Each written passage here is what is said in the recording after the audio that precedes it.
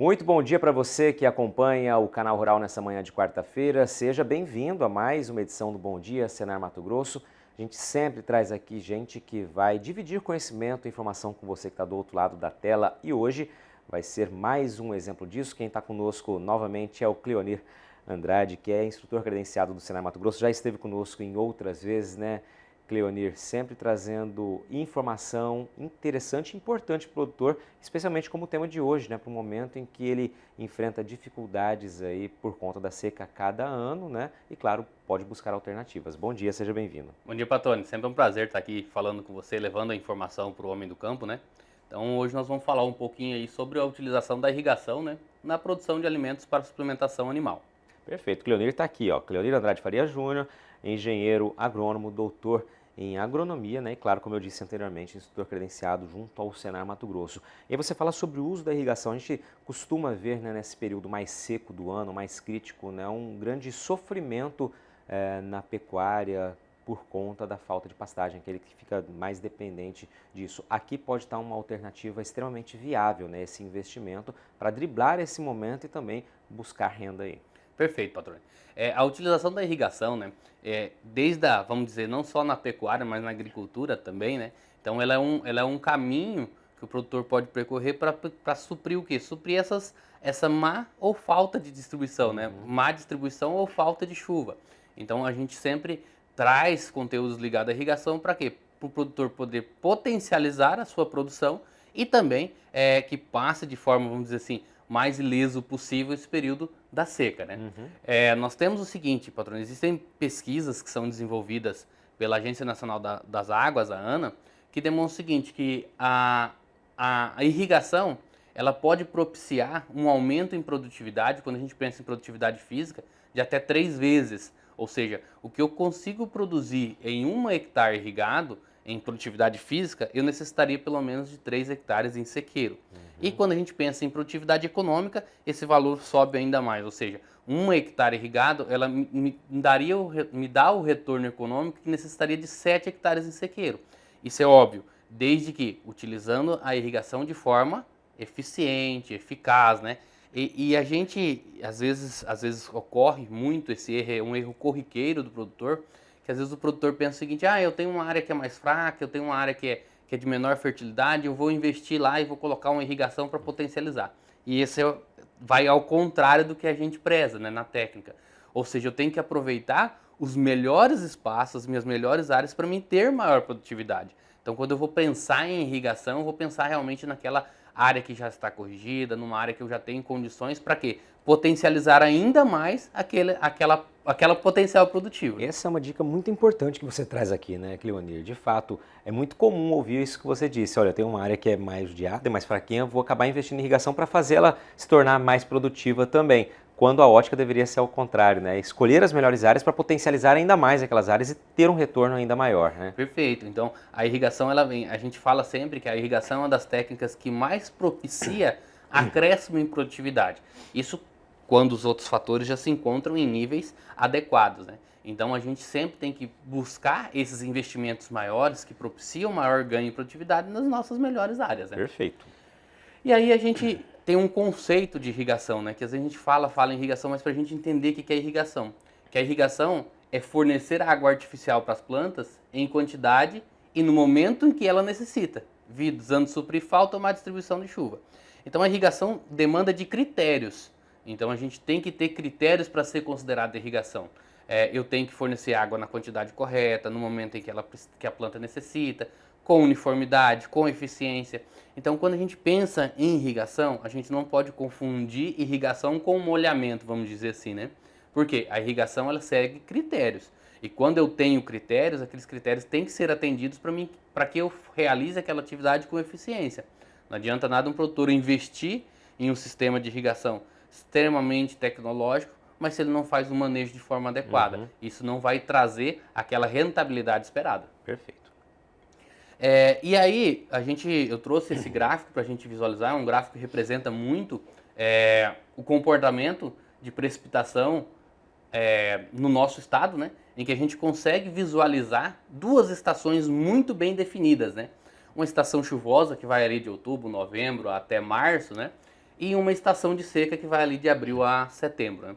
Então, nós temos duas estações muito bem definidas, vamos pensar ao longo do nosso ano, que isso vai propiciar o quê? Uma sazonalidade na oferta de alimentação quando a gente pensa para bovinos ou para os animais, né? Então, essas duas estações bem definidas, ela vai interferir diretamente no meu planejamento, ou seja, como eu vou conseguir ou quais mecanismos eu vou buscar para conseguir continuar ofertando alimento de qualidade, alimento em quantidade e em qualidade para o meu rebanho, né, nesse período de seca. E é interessante, quando você coloca aqui duas estações muito bem definidas, isso já dá uma certa previsibilidade para o produtor, né? Ele sabe que naquele período ali, a partir de abril até setembro, ele vai enfrentar uma escassez hídrica aqui em Mato Grosso e pode se planejar justamente para isso. A gente está agora em setembro, trazendo informações que o produtor pode colocar na prática para que no ano que vem, nesse período, acabe minimizando os efeitos dessa seca, né? Perfeito, isso é notório, não? A gente, talvez um ano ou outro, a gente tenha essas diferenças um pouco suavizadas, mas muito pouco suavizadas, mas eu tenho a certeza sempre que vai chegar um período que eu não vou ter alimento de qualidade em quantidade para o rebanho. Isso aí é o que a gente chama de estacionalidade, né? A estacionalidade, ela ocorre principalmente, vamos dizer assim, na agropecuária brasileira, porque um dos nossos maiores aliados no mercado globalizado, vamos dizer assim, é o consumo de gado nas pastagens, né? Alimentação através das pastagens, através das forrageiras. Porque tem um melhor custo-benefício, um ótimo custo-benefício. Entretanto, essas pastagens, elas sofrem com isso que a gente chama de estacionalidade. Chega um determinado época do ano que eu tenho baixa disponibilidade hídrica e vou gerar fatores de estresse que vai diminuir a produção dessa biomassa e desse volume, né? Entretanto, vale a pena ressaltar que essa estacionalidade, ela provoca o quê? Ela afeta diretamente onde? Na taxa de lotação. Então, se eu tenho uma área que eu tinha capacidade de suportar, hipoteticamente, 1.000 cabeças no período de chuva, quando vai entrar no período de estacionalidade, que eu tenho menor desempenho da minha forrageira, eu vou conseguir ter uma menor capacidade de suporte. E aí, vem a necessidade de buscar alternativas. Vamos lá para a pecuária, então, nas pastagens. E aí, a gente pensa o seguinte, que essas alternativas quais podem ser de uma forma geral, né? A gente pode pensar na irrigação das pastagens propriamente ditas, ou seja, das forrageiras, em que o produtor ele vai irrigar os seus pastos divididos lá e vai na forma de manejo, vai em função da forma que o produtor vai manejar esses piquetes, seja na forma de irrigação de piquetes, em que ele vai irrigar a forrageira para que o gado se alimente diretamente dessa forrageira. A gente tem algumas pesquisas que demonstram o seguinte, que a partir do momento de adoção da irrigação dessas forragens, dessas pastagens, né, eu consigo, nos primeiros anos, o produtor já consegue atingir lotações de 5 a 7 unidades animal por hectare e nos anos iniciais. É óbvio que isso com o desenvolvimento, com o produtor tomando ciência e, vamos dizer, aprendendo o manejo, realizando o manejo de forma correta, isso em poucos anos pode chegar a 12 unidades animais por hectare. Isso é óbvio, depende não somente da irrigação, né? Vale a pena a gente ressaltar, patrônio, que depende de diversos fatores, como o tipo da gramínea que eu vou utilizar, é uma gramínea que tem mais teor de proteína, que tem menos, tem maior potencial de rebrota, é uma saia, uma umbaça e aí por diante. Depende do que diz respeito à fertilidade do solo, de como é manejada essa fertilidade do solo, né, que as pastagens estão inseridas. Manejo dos animais também, a questão de altura de entrada e de saída de pastejo, né, para aumentar o potencial de rebrota, para que a gramínea não sofra muito, para não ter um pastejo muito excessivo e ela ter uma maior dificuldade, diminuir muito a área foliar e diminuir muito o potencial de rebrote. E também a questão do manejo da irrigação, né? Então, esse manejo da irrigação, a gente entender qual que é o período melhor de eu realizar a irrigação, qual que é o período mais eficiente. Eu tenho um período que tem mais vento, se eu for utilizar a irrigação via aspersão, eu vou fugir um pouco desse período que tem mais vento, que eu tenho uma maior utilização de água, eu tenho uma menor eficiência no processo de irrigação. Então, tudo isso aí vai interferir no quê? Na lotação máxima que a gente pode chegar com essas forrageiras irrigadas. Perfeito. Leonir, vamos fazer um breve intervalo aqui, daqui a pouquinho a gente volta, porque tem outra informação muito interessante com relação ao potencial da irrigação das pastagens, né, no que diz respeito à capacidade de lotação ali no campo e, claro, métodos de irrigação, orientações aqui.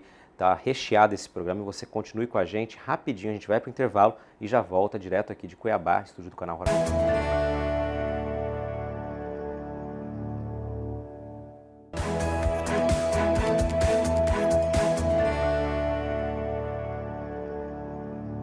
Estamos de volta direto aqui do estúdio do Canal Rural Mato Grosso em Cuiabá. Este é o Bom Dia Senar Mato Grosso, hoje falando sobre irrigação em pastagens. Quem está comigo aqui é o Cleonir Andrade Faria Júnior, que é instrutor credenciado junto ao Senar Mato Grosso, é agrônomo, tem doutorado em agronomia. E, Cleonir, você explicava um pouquinho a importância estratégica do investimento em irrigação com um desempenho não só de garantir o fornecimento de pasto, mas como também aumentar, consequentemente, a capacidade de lotação de uma área, né? Perfeito. Então, patrão, é importante falar sobre a irrigação, né? E falar sobre esse aumento, vamos dizer assim, na capacidade de lotação das pastagens, visando o quê? Visando realmente um melhor aproveitamento do gado com essas forrageiras, né? Então, a irrigação, ela além de aumentar a capacidade de lotação, né, traz também o quê? Uma melhor palatabilidade, traz uma forragem que apetece melhor o gado para ter uma alimentação de forma melhor e mais eficiente, né? E isso aí também acaba interferindo lá quando a gente pensa na conversão, né? Na conversão alimentar, porque se eu tenho uma planta que é bem nutrida, conforme eu disse anteriormente, né? Os outros fatores que interferem nessa produção, que não só a irrigação, mas também a fertilidade do solo, isso vai trazer que esse material verde, que essa matéria seca seja melhor digestiva, né? Seja mais digestível para o gado e aumente realmente a melhora nessa alimentação. Um ponto que é importante, Patrone, que essa pesquisa ela demonstra, falando o seguinte, que quando, por mais incrível que pareça, a lotação, quando a gente utiliza da irrigação, ela pode ser maior no período da seca do que no período chuvoso. Ou seja, quando o produtor adota técnica de irrigação, ele vai suprir, ou seja, ele vai ofertar para aquela forrageira a quantidade de água que realmente ela necessita e no momento em que ela necessita. Então, aqueles critérios que a gente falou no primeiro bloco, em que a irrigação é fornecer água em quantidade adequada no momento em que ela necessita, isso traz ainda mais benefícios pensando no desenvolvimento da forrageira. Essa pesquisa demonstrou que no período da seca pode chegar até 12 unidades animais por hectare, quando no período chuvoso a gente de 7 a 8. Em virtude do que? Além dos fatores meteorológicos, né? Épocas chuvosas a gente tem mais tempo nublado, a gente tem menor insolação, né? Menor incidência solar, consequentemente menor fotossíntese das pastagens, um desenvolvimento um pouco mais lento e também a questão de encharcamento. O solo encharcado ele não é o ideal para o desenvolvimento das culturas de uma forma geral, bem como não é para as forrageiras. Então, no período seco, utilizando a irrigação, a técnica da irrigação, eu consigo ter uma lotação maior do que no período de chuva. Excelente, é importante, né, trazer essa informação, porque chega a surpreender, né, a primeiro momento, né, você imaginar que vai também trazer um potencial melhor ali no período chuvoso, aqui o número que comprova isso. Quais os métodos, né, de que maneira é possível fazer irrigação em pastagem? Perfeito. Quando a gente pensa na irrigação das forrageiras, diversos são os métodos que podem ser utilizados, né? A gente tem os principais e mais utilizados são os sistemas de irrigação via aspersão, principalmente por serem quando a gente pensa numa irrigação de forrageira para alimentação direta, né, normalmente são áreas, de certa forma, um pouco maiores. Então a gente tem aí, por exemplo, a irrigação por aspersão convencional, que ela pode ser num sistema fixo, num sistema móvel ou num semi-portátil, né, que seria o primeiro exemplo aí, que a gente tem uma imagem, né, realizando a irrigação dessa forrageira via irrigação aspersão convencional. Nós temos na imagem mais ao centro uma irrigação realizada em pivô central. A gente tem destacado bastante esse tipo de irrigação para as pastagens, pensando na integração lavoura-pecuária, né? Então já tem vários produtores que têm utilizado, ou seja, aproveitando a tecnologia, que a início os pivôs centrais foram instalados com o objetivo principal de suprir as segundas culturas, né? As culturas de segunda safra, ou até mesmo para fazer o quê? Um adiantamento na primeira safra e melhorar a janela de cultivo. Entretanto, esse equipamento que tem um alto valor agregado, ele já está disponível na propriedade, ele já está lá. E de algum tempo para cá, os produtores têm olhado para ele com outros olhos e feito o quê? Conseguido introduzir forrageiras num período de inverno, né? Ou seja, seria teoricamente uma terceira safra, fazendo o quê? Uma integração lavoura-pecuária. E aí, tirando ainda mais, aproveitando ainda mais daquela infraestrutura que o produtor tem dentro da propriedade, tanto no que diz respeito a solo, mas também no equipamento. Né? Uhum. E na última imagem a gente pode verificar uma irrigação por carretel autopropelido, que também é uma opção que tem sido utilizada nessa irrigação de forragens. Leonir, uma grande dúvida que todo produtor tem quando pensa em investir em irrigação, né? E a gente está focando na pecuária.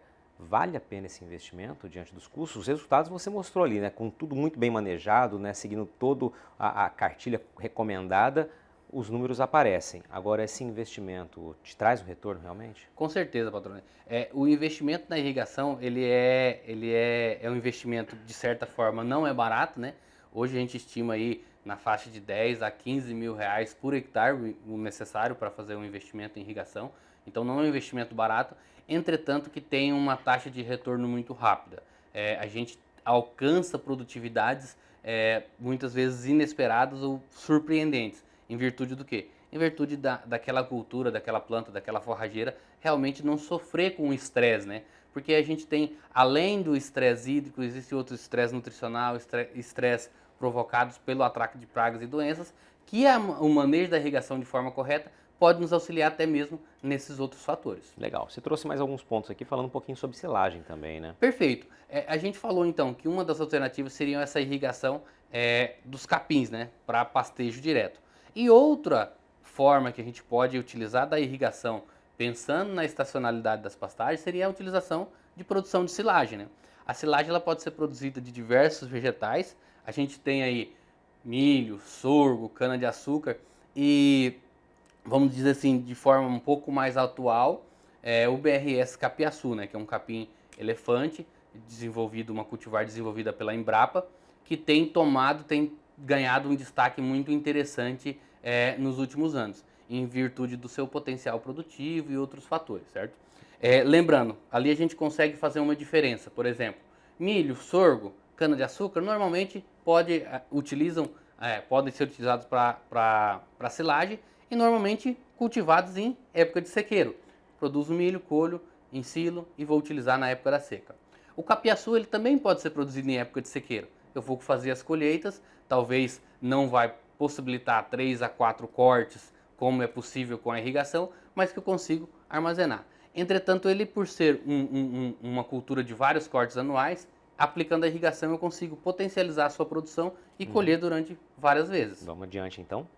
Então a gente tem, por exemplo, o capiaçu, ele foi desenvolvido com o intuito de oferecer alternativa na suplementação volumosa.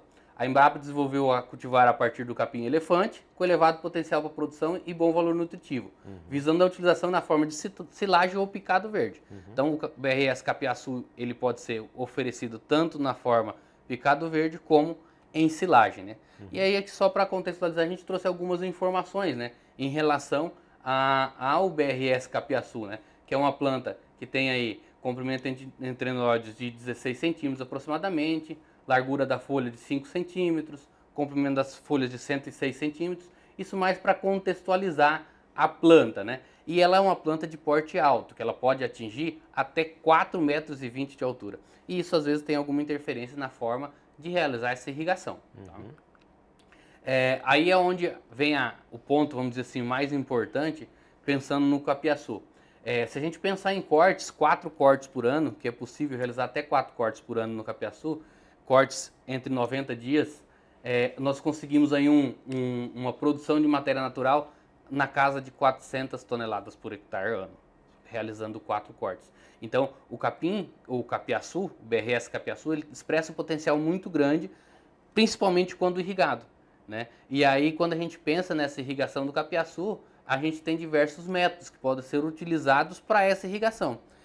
E aí é onde difere um pouco dos outros tipos de silagem, que em áreas que a gente tem baixa oferta, baixa disponibilidade hídrica, eu posso fazer a sua irrigação via gotejamento, que é um sistema, um método de irrigação mais eficiente, que utiliza menos água e propicia o quê? Um melhor acréscimo em produtividade. Uhum, excelente. Nós temos aqui na imagem, na primeira imagem, um BRS capiaçu irrigado por gotejamento, na segunda e na terceira por aspersão convencional, né? Lembrando que essa altura de chegar até 4,20 metros dificulta um pouco a irrigação por aspersão com aspersores de impacto, em função de estabilizar o tubo de elevação.